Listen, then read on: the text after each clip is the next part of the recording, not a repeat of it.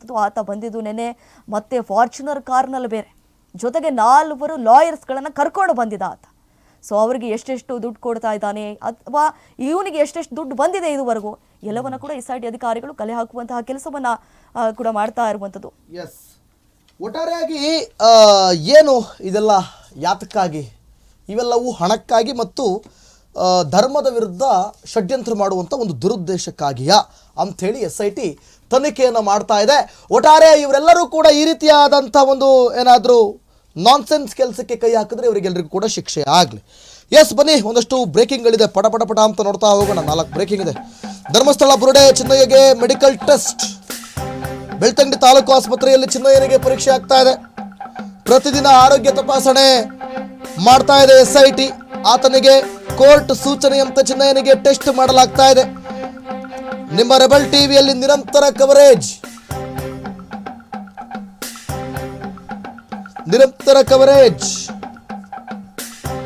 ಪ್ರತಿದಿನ ಆರೋಗ್ಯ ತಪಾಸಣೆ ಮಾಡಲಿರುವ SIT.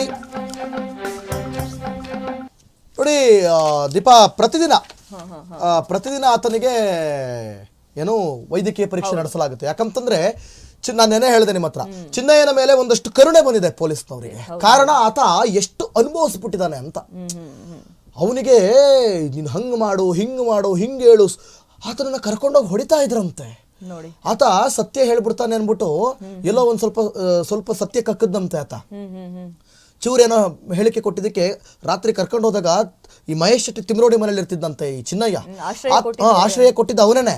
ಹೊಡಿತಾ ಇದ್ರಂತೆ, ತಿಳಿಸ್ತಾ ಇದ್ರಂತೆ ಈ ಸಮೀರು, ಮಟ್ಟಣ್ಣ ಮತ್ತೆ ಇವರೆಲ್ಲ ಸೇರ್ಕೊಂಡು. ಆ ರೀತಿಯಾಗಿ ಹೇಳಿಕೆ ಕೊಟ್ಟಿದ್ದಾನೆ. ಐತೆ ಮಾರಿ ಹಬ್ಬ ಐತೆ. SIT ಪೂರ್ತಿ ನಿಮಗೆ ವಿವರವನ್ನ ಬಿಚ್ಚಿಡುತ್ತಲ್ಲ ಅವಾಗಿದೆ, ಆಯ್ತಾ? ನೋಡಿ, ಆತನ ಮೇಲೆ ಆತ ಅನುಭವಿಸಿರೋ ನೋವಿದೆಯಲ್ಲ, ಆತನ ಮೇಲೆ ಕನಿಕರ ಬಂದಿದೆ. ಇದರಿಂದ ಆತನಿಗೆ ಎಲ್ಲರೂ ಅಂದ್ಕೊಳ್ತಾ ಇದ್ದಾರೆ, ಆರೋಪ ಸ್ಥಾನದಲ್ಲಿ ನೋಡ್ತಾ ಇದ್ದಾರೆ, ಈತ ಎಂತ ಮಹಾಕಳ್ಳ ಚಿನ್ನಯ್ಯ, ಈತ ಎಂತ ಅವಿವೇಕಿ, ಈತ ಮಾಡಿದ್ದು ಸರಿನಾ ಅಂತ ನೀವು ಅಂದ್ಕೊಂಡಿದ್ರೆ ಅದು ತಪ್ಪು. ಪೊಲೀಸ್ನವ್ರು ಅವನ್ನ ಆ ರೀತಿ ಟ್ರೀಟ್ ಮಾಡ್ತಾ ಇಲ್ಲ, ಚಿನ್ನಯ್ಯನ ಪಾಪ ಅಂತ ಟ್ರೀಟ್ ಮಾಡ್ತಾ ಇದ್ದಾರೆ. ಅಯ್ಯೋ ಎಷ್ಟು ಅನುಭವಿಸ್ಬಿಟ್ಟಿದ್ದಾನ್ರಿ, ಎಲ್ಲೋ ಇದ್ದ ಪಾಪ, ಕರ್ಕೊಂಡು ಬಂದು ಇವನ್ನ ಹಾಳು ಮಾಡ್ಬಿಟ್ರಲ್ರಿ ಅಂತೇಳಿ ಚಿನ್ನಯ್ಯನ ಮೇಲೆ ಸಿಂಪತಿ ಬಂದ್ಬಿಟ್ಟಿದೆ. ಹಾಗಾಗಿ ಚಿನ್ನಯ್ಯ ಎಲ್ಲೋ ಒಂದು ಕಡೆ ಆಲ್ಮೋಸ್ಟ್ ಸೇಫ್ ಅಂತ ನಾನು ಹೇಳ್ತಾ ಇದ್ದೀನಿ. Yes, okay, next Deepa. ಬುರುಡೆ ಗ್ಯಾಂಗ್ಗೆ ಬುರುಡೆ ಚಿನ್ನಯ್ಯನದ್ದೇ ಚಿಂತೆ ಆಗಿ ಹೋಗ್ಬಿಟ್ಟಿದೆ. SIT ಮುಂದೆ ಯಾರ ಹೆಸರು ಹೇಳ್ತಾನೆ ಅನ್ನುವಂತಹ ಭಯ, ನಡುಕ ಶುರುವಾಗ್ಬಿಟ್ಟಿದೆ. ಮಹೇಶ್ ಶೆಟ್ಟಿ ತಿಮ್ರೋಡಿ, ಗಿರೀಶ್ ಮಟ್ಟಣ್ಣನವರ್ ಹಾಗೆ ಟಿ ಜಯಂತ್ ಸೇರಿ ಹಲವರಿಗೆ ನಡುಕ ಶುರುವಾಗ್ಬಿಟ್ಟಿದೆ. ನೋಡಿ, SIT ಅಧಿಕಾರಿಗಳು ಚಿನ್ನಯ್ಯನನ್ನ ವಿಚಾರಣೆಗೆ ಒಳಪಡಿಸಿದ್ದಾರೆ. ಆತನಿಂದ ಕೆಲವೊಂದು ಹೇಳಿಕೆಗಳನ್ನ ಪಡೆದುಕೊಳ್ತಿದ್ದಾರೆ. ಯಾರು ಇದ್ರ ಹಿಂದೆ ಇದೆ, ಯಾರು ಈ ರೀತಿಯಾಗಿ ಷಡ್ಯಂತ್ರವನ್ನ ರೂಪಿಸಿದ್ದಾರೆ. ಸೊ ಈಗ ಮಹೇಶ್ ಶೆಟ್ಟಿ ತಿಮ್ರೋಡಿ, ಗಿರೀಶ್ ಮಟ್ಟಣ್ಣನವರ್, ಟಿ ಜಯಂತ್ ಸೇರಿ ಹಲವರಿಗೆ ನಡುಕ ಶುರುವಾಗಿದೆ. ಹೇಳಿ ಕೇಳಿ ಮಹೇಶ್ ಶೆಟ್ಟಿ ತಿಮ್ರೋಡಿ ಅವರೇ ಆಶ್ರಯವನ್ನ ಕೊಟ್ಟಿದ್ರು. ಈ ಟಿ ಜಯಂತ್ ಇದನಲ್ಲ, ಇವನೊಬ್ಬ ಮತ್ತೊಬ್ಬ ಅವಿವೇಕಿ ನಾನ್ಸೆನ್ಸ್. ಈತ ತಿಮ್ರೋಡಿ ಗುಲಾಮ ಅಂತ ಕಾಣುತ್ತೆ. ಈತ 3 ತಿಂಗಳ ಹಿಂದೆ ಧರ್ಮಸ್ಥಳದಲ್ಲಿ ಸರಣಿ ಕೊಲೆ ಅಂತ ಹೇಳ್ಬಿಟ್ಟು ಆ ಕುಡ್ಲಾ ರ್ಯಾಂಪೇಜ್ ಅಂತ ಯಾವುದೋ ಒಂದು ಚಾನಲ್ ಇದೆಯಲ್ಲ, ಅವನೊಬ್ಬ ಮತ್ತೊಬ್ಬ ಅವಿವೇಕಿ. ಆತ ಅವನೇ ದೊಡ್ಡ ಜರ್ನಲಿಸ್ಟ್ ಅಂತ ಅಂದ್ಕೊಂಡಿದ್ದಾನೆ. ಧರ್ಮಸ್ಥಳದಲ್ಲಿ ನನ್ನ ಕೊಲೀಗ್ಸ್ ಒಂದಷ್ಟು ಬೇರೆ ಬೇರೆ ವಾಹಿನಿಯ ವರದಿಗಾರರಲ್ಲಿ ಹೋದಂತ ಸಂದರ್ಭದಲ್ಲಿ ಅವ್ರ ಜೊತೆ ಮಾತನಾಡುವುದು ಎಲ್ಲ ಏನಿಲ್ಲ, ಒಂದಷ್ಟು ಗಡ್ಡ ಬಿಡ್ಕೊಂಡು ಎದೆ ಮುಂದಕ್ಕೆ ಮಾಡ್ಕೊಂಡು ಏನು ತಾನೇ ದೊಡ್ಡ ಸ್ಟಾರ್ ರಿಪೋರ್ಟರ್ ಅಂತ ಓಡಾಡ್ಕೊಂಡಿರ್ತಾನಂತ ಆತ. ಹೆಂಗೆ ಅಂತಂದ್ರೆ ನಾನು ಬಿಟ್ಟರೆ ಬೇರೆ ಯಾರೂ ಇಲ್ಲ ಅನ್ನೋ ದುರಹಂಕಾರಿ. ಅವ್ನು ಯಾರೋ, ಅವನ ಹೆಸರು ಯಾರವನು, ಕುಡ್ಲಾನೋ ಏನವನು, ರ್ಯಾಂಪೇಜ್ ಏನವನು, ಅಜಯ್ ಅಂತ ಅವನ ಹೆಸರು. ಅವಿವೇಕಿ ಅಜಯ್ ಅವನು ಈ ಮುಂಚಿತವಾಗಿ ಜಯಂತ್ ಇದನಲ್ಲ, ಈತ ನಾವೆಲ್ಲ 2ನೇ ದೂರುದಾರ, ಮತ್ತೊಬ್ಬನ ಹೊಸ ಎಂಟ್ರಿ. ಹೊಸ ಪಸ ಎಲ್ಲ ಏನಿಲ್ಲ, ಇವರೆಲ್ಲ ಕಸ. ಮುಂಚಿತವಾಗೇನೆ ಸರಣಿ ಕೊಲೆ ಆಗಿದೆ, ಅಲ್ಲಿ ಹೂತಿದೀವಿ, ಇಲ್ಲಿ ಹೂತಿದೀವಿ, ಅಲ್ಲಿ ಹಂಗಾಗಿತ್ತು ಅಂತ ಕಾಡೊಳಗಡೆಲ್ಲ ಕುಡ್ಲಾ ರಂಪೇಜ್ ಅವನ್ನ ಕರ್ಕೊಂಡು ಹೋಗ್ಬಿಟ್ಟು ವಿಡಿಯೋ ಮಾಡಿಸಿದಾನೆ ಈ ಜಯಂತ್. ಇವನನ್ನ ಕರ್ಕೊಂಡು ಹೋಗ್ಬಿಟ್ಟು ಏರೋಪ್ಲೇನ್ ಹತ್ಸ್ಬಿಟ್ಟು ಇವನನ್ನ ವಿಚಾರಣೆ ಮಾಡ್ಬೇಕು, ಎಲ್ಲಿ ಏನಾಗಿದೆ ಬಾರಪ್ಪ ಅಂತ. ಈಗ ಇವನು 2ನೇ ದೂರುದಾರ ಅಲ್ವಾ, ನಾನು ನೋಡಿದ್ದೇನೆ ಕೂತಿರೋದು. ಇವನ್ ಜಾಗನು ತೆಗೆಸ್ಬಿಟ್ಟು ಅದೇನು ಕೊಲೆನ, ಅದು ಸಹಜ, ಬೆಡ್ ಎತ್ಬೇಕು ಅವ್ರಿಗೆಲ್ಲ. ಇವನು ಯಾವ ವ್ಯಕ್ತಿ, ಇವನು ಬ್ಲಾಕ್ ಮೇಲ್ ಮಾಡಿದವನು, ಇವನು ಬೆದರಿಸಿ ಸುವರ್ಣ ರಿಪೋರ್ಟರ್ಗೆ ವಿಡಿಯೋ ತಗೊಂಡವನು ಇವನು. ಅಲ್ಲೇ ಆಗಿಲ್ಲ ಅಂತ ಹೇಳು, ಇಲ್ಲಾಂದ್ರೆ ನೋಡು ನಿನ್ನ ಕತೆ ಮುಗಿಸುತ್ತೇವೆ ಅಂತ. ನಾಲಾಯಕ್ಕೆ ಇವನು ಕಿಸಿಯೋದು ನೋಡ್ರಿ ಅವನು. Okay, next. SIT ಠಾಣೆಯಲ್ಲಿ ಇಂದು ಚಿನ್ನಯ್ಯನ ವಿಚಾರಣೆ, ತಲೆಬುರುಡೆ ಮೂಲದ ಬಗ್ಗೆ SIT ತನಿಖೆ. ನೆಕ್ಸ್ಟ್ ತಗೊಳ್ಳಿ. ಧರ್ಮಸ್ಥಳ ಗ್ರಾಮದಲ್ಲಿ ಶವಗಳನ್ನು ಹೂತಿಟ್ಟಂತಹ ಪ್ರಕರಣದ ವಿಚಾರವಾಗಿ ಮಂಡ್ಯ ಮತ್ತು ತಮಿಳುನಾಡಿಗೂ ವಿಸ್ತರಿಸಿದೆ. ಎಸ್, ಓಕೆ, ನೋಡೋಣ, ಒಂದು ಅಪ್ಡೇಟ್ ಲಭ್ಯ ಆಗ್ತಾ ಇದೆ ಅಂತೆ. ಚಿನ್ನಯ್ಯನಿಗೆ ಆಶ್ರಯ ಕೊಟ್ಟಿದ್ದಕ್ಕೆ ತಿಮರೋಡಿಗೆ ಸಂಕಷ್ಟ. ಮಹೇಶ್ ತಿಮರೋಡಿ ಮನೆಗೆ ತೆರಳಿದ SIT. ಮತ್ತೆ ಹಾಕೊಳ್ಳಿ, ಎತ್ತ ಹಾಕೊಂಡು ಹೋಗಿ. SIT ತಂಡದಿಂದ ತಿಮರೋಡಿ ಮನೆ ಮಹಾಜನ್ ಮಾಡಿ. ಅಂದ್ರೆ ಚಿನ್ನಯ್ಯನಿಗೆ ಆಶ್ರಯ ಕೊಟ್ಟಿದ್ದಂತಹ ನಾವು ಈಗ ಜಸ್ಟ್ ಮಾತಾಡೋದು, ಈಗ ಮಾತಾಡೋದು ಈ ಮಹೇಶ್ ಶೆಟ್ಟಿ ತಿಮರೋಡಿ ಚಿನ್ನಯ್ಯನಿಗೆ ಆಶ್ರಯ ಕೊಟ್ಟಿದ್ದು.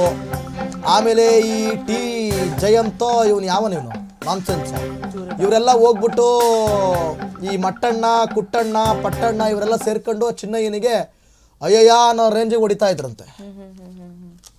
ಯಾಕೆ ಸಿಗ್ತಾ ಇಲ್ಲ, ಅಲ್ಲಿ ತೋರ್ಸು, ಇಲ್ಲಿ ತೋರ್ಸು, ಇಲ್ಲಿ ತೋರ್ಸು, ಅಲ್ಲಿ ತೋರ್ಸು, ಇನ್ನೆಲ್ಲಿ ಸಿಗ್ಬೋದು. ಈ ಕ್ರಿಕೆಟ್ ನೋಡ್ತೀರಾ ನೀವು ಅಥವಾ ಸ್ಪೋರ್ಟ್ಸ್ ನೋಡ್ತೀರಾ? ನೋಡುವಾಗ ಆಟ ಆಡ್ತಿರ್ಬೇಕಾದ್ರೆ ಟೈಮ್ ಅಪ್ ಕೊಡ್ತಾರಲ್ಲ, ಟೈಮ್ ಅಪ್ ಅಲ್ಲಿ ಈ ಕೋಚಿಂಗ್ ಇರ್ತಾನಲ್ಲ, ಅವ್ನು ಕರೆದುಬಿಟ್ಟು ಹಂಗ್ ಮಾಡಿ, ಹಿಂಗ್ ಮಾಡಿ, ಹಿಂಗ್ ಮಾಡಿ, ಹಂಗ್ ಮಾಡಿ, ಅಲ್ಲಿ ಹಿಡಿ, ಇಲ್ಲಿ ಹಿಡಿ, ಅಲ್ಲಿ ಹೊಡಿ, ಇಲ್ಲಿ ಹೊಡಿ, ಆ ಕಡೆ ಹೊಡಿ, 1 ರನ್ ತಗೋ, 2 ರನ್ ತಗೋ, ಹಿಂಗೆ ಮೇಂಟೈನ್ ಮಾಡಿ ಸ್ವಲ್ಪ 1 ಓವರ್ ಹಂಗೆ ಹಿಂಗೆ ಅಂತ ಐಡಿಯಾಗಳು ಕೊಡ. ಹಂಗೆ ಹಗಲೆಲ್ಲ ಆಟ ಮುಗಿದ ಮೇಲೆ, ಶೋಧ ಕಾರ್ಯ ಮುಗಿದ ಮೇಲೆ ಮನೆಯಲ್ಲಿ ಇವನಿಗೆ ಬೆಂಡೆತ್ತದು, ರಾತ್ರಿ ಎಲ್ಲ ನಿದ್ದೆ ಕೊಡ್ತಾ ಇರಲಿಲ್ಲ. ಈ ರೀತಿಯ ಆರೋಪಗಳು ಕೇಳಿ ಬರ್ತಾ ಇತ್ತು. ಹಾಗಾಗಿ SIT ಅವರು ಇವತ್ತು ಮನೆಯಲ್ಲಿ ಮಹಜರು ಮಾಡ್ತಾ ಇದ್ದಾರೆ. ಮಾಡಿ. Okay, next. SIT ಠಾಣೆಯಲ್ಲಿ ಇವತ್ತು ಚಿನ್ನಯ್ಯನ ವಿಚಾರಣೆ ಆಗುತ್ತೆ. 3 ದಿನಗಳಿಂದ ವಿಚಾರಣೆ ನಡೆಸಿದ್ದಾರೆ. ತಲೆಬುರುಡೆ ಮೂಲದ ಬಗ್ಗೆ SIT ಅಧಿಕಾರಿಗಳು ಒಂದೊಂದಾಗಿ ತನಿಖೆಯನ್ನು ಆರಂಭ ಮಾಡಿದ್ದಾರೆ. ಬುರುಡೆ ಎಲ್ಲಿಂದ ತಂದ್ರು ಅನ್ನುವಂತಹ ಬಗ್ಗೆ ವಿಚಾರಣೆ ಕೂಡ ನಡೆಸಲಾಗ್ತಾ ಇದೆ. SIT ಠಾಣೆಯಲ್ಲಿ ಜಿತೇಂದ್ರ ದಯಾಮ್ ಅವರಿಂದ ಡ್ರಿಲ್ ಮೇಲೆ ಡ್ರಿಲ್ ನಡೆಸ್ತಾ ಇದ್ದಾರೆ. ಚಿನ್ನಯ್ಯನಿಗೆ ಇಂಚಿಂಚು ಮಾಹಿತಿಯನ್ನ ಕಕ್ಕಿಸ್ತಿದ್ದಾರೆ SIT ಟೀಮ್. ಎಷ್ಟು ದಿನದಿಂದ ಈ ರೀತಿ ಆದಂತಹ ಸಂಚನ್ನ ರೂಪಿಸಿದ್ರಿ ನೀವು ಅಂತ ಹೇಳಿ, ಯಾರಿದಕ್ಕೆ ಮೇನ್ ರುವಾರಿ, ಯಾರಿದಕ್ಕೆ ಕಿಂಗ್ ಪಿನ್ ಅಂತ ಹೇಳಿ ಈಗಾಗಲೇ ಆತನಿಂದ ಬಾಯಿ ಬಿಡಿಸುವಂತಹ ಪ್ರಯತ್ನಕ್ಕೂ ಕೂಡ SIT ಅಧಿಕಾರಿಗಳು ಮುಂದಾಗಿದ್ದಾರೆ.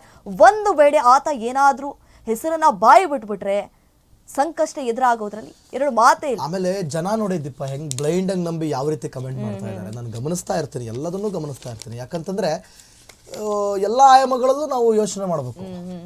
ಜನರು ಬ್ಲೈಂಡ್ ಆಗಿ ನಂಬ್ಕೊಂಡ್ಬಿಟ್ಟಿದ್ದೀರಾ. ನೀವೆಲ್ಲರೂ ಕೂಡ ನಂಬ್ಕೊಂಡಿದ್ದೀರಾ.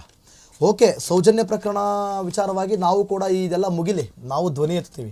ಸೌಜನ್ಯಗಳಿಗೆ ನ್ಯಾಯ ಕೊಡಿಸೋವರೆಗೂ ನಮ್ಮ ಹೋರಾಟ ಇದ್ದೇ ಇರುತ್ತೆ. ಅದಕ್ಕೆ ನೀವೆಷ್ಟು ಜನ ಕೈ ಜೋಡಿಸ್ತೀರಾ ಅಂತ ನೋಡೋಣ. ನೀವೆಲ್ಲ ಕಮೆಂಟ್ ಮಾಡ್ತಿರೋರು ಹೋಗಿ ಅಲ್ಲಿ ಸಮೀರ್ ಜೊತೆ ನಿಂತಿದ್ದೀರಾ.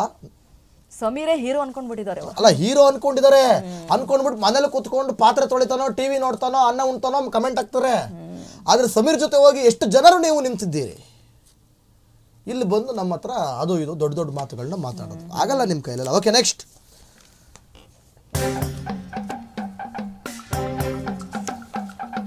ಧರ್ಮಸ್ಥಳ ಗ್ರಾಮದಲ್ಲಿ ಶವಗಳನ್ನ ಹೂತಿಟ್ಟಂತಹ ಪ್ರಕರಣಕ್ಕೆ ಸಂಬಂಧಪಟ್ಟಂತೆ ಮಂಡ್ಯ, ತಮಿಳುನಾಡಿಗೂ ವಿಸ್ತರಿಸಿದೆ SIT ತನಿಖೆ.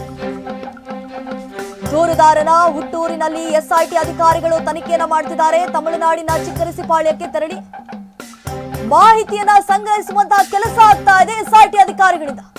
ದೂರುದಾರರ ಸ್ನೇಹಿತರು, ಅವ್ರ ಸಂಬಂಧಿಗಳು ಯಾರ್ಯಾರಿದ್ದಾರೆ ಅವರನ್ನು ಕೂಡ ಬಾಯಿ ಬಿಡಿಸುವಂತಹ ಪ್ರಯತ್ನಕ್ಕೆ SIT ಅಧಿಕಾರಿಗಳು ಮುಂದಾಗ್ತಿದ್ದಾರೆ. ಹಾಗೆ ದೂರುದಾರನ 2ನೇ ಪತ್ನಿ ಮಕ್ಕಳಿಂದ ಮಾಹಿತಿಯನ್ನ ಸಂಗ್ರಹಿಸುವಂತಹ ಕೆಲಸ ಆಗ್ತಾ ಇರುವಂತದ್ದು. ನೋಡಿ, ಧರ್ಮಸ್ಥಳದಲ್ಲಿ ನಾನು 100 ಶವಗಳನ್ನ ಹೂತಿಟ್ಟಿದ್ದೇನೆ ಅಂತೇನೆ 164 ಹೇಳಿಕೆ ಕೊಟ್ಟ ಆತ. ಈಗ ಅವರ ಹುಟ್ಟೂರಿನಿಂದ ಆತನನ್ನ ಕರ್ಕೊಂಡು ಬಂದ್ರು. ಆಬ್ವಿಯಸ್ಲಿ ಆತ ಹುಟ್ಟೂರು ಅಂತಂದ್ರೆ ಎಲ್ರಿಗೂ ಆತ ಪರಿಚಯ ಇರ್ತಾನೆ. ಸೊ ಹಾಗಾಗಿ ಅಲ್ಲೂ ಹೋಗಿ ಕೆಲವೊಂದಿಷ್ಟು ಮಾಹಿತಿಯನ್ನ ಕಲೆ ಹಾಕುವಂತಹ ಕೆಲಸ ಆಗ್ತಾ ಇದೆ. ಆ ದೂರುದಾರನ ಸ್ನೇಹಿತರಾಗಿರ್ಬೋದು, ಅವರ ರಿಲೇಟಿವ್ಸ್ ಆಗಿರ್ಬೋದು, ಆ ದೂರುದಾರನ 2ನೇ ಪತ್ನಿ, ಹಾಗೆ ಮಕ್ಕಳಿಂದ ಮಾಹಿತಿಯನ್ನ ಸಂಗ್ರಹಿಸುವಂತಹ ಕೆಲಸ ಕೂಡ ಆಗ್ತಾ ಇದೆ. Okay, yes Deepa.